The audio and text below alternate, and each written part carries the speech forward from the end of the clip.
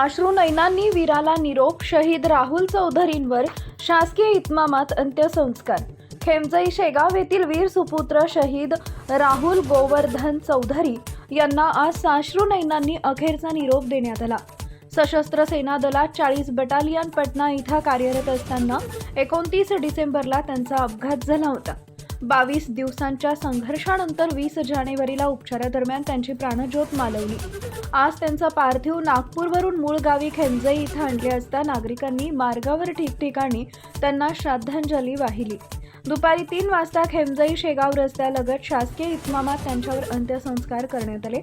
यावेळी सीआरपीएफ नागपूरच्या तुकडीनं हवेत 3 राऊंड फायर करून आणि शस्त्रे झुकवून मानवंदना दिली. या प्रसंगी वरोरा भद्रावतीचे आमदार करण देवतळे, तहसीलदार योगेश कौटकर, एसडीपीओ दिनकर ठोसरे आणि पोलीस प्रशासनातील वरिष्ठ अधिकारी उपस्थित होते. जवानांनी राष्ट्रध्वज तिरंगा सन्मानपूर्वक चौधरी कुटुंबाकडे सुपूर्द केला. विशेष म्हणजे राहुल यांचे मोठे भाऊ राजकुमार हे सुद्धा भारतीय नौदलात देशसेवा करत आहेत. या अंत्यविधीसाठी जनसागर लोटला होता आणि शेगाव पोलिसांनी या ठिकाणी चोख बंदोबस्त ठेवला होता. टाइम्स ऑफ महाराष्ट्रासाठी वरोरा भद्रावती प्रतिनिधी आशिष कोटकर यांचा रिपोर्ट. शहीद राहुल गोवर्धन चौधरी यांच्या जन्मगावावर आपण आलेलो आहे.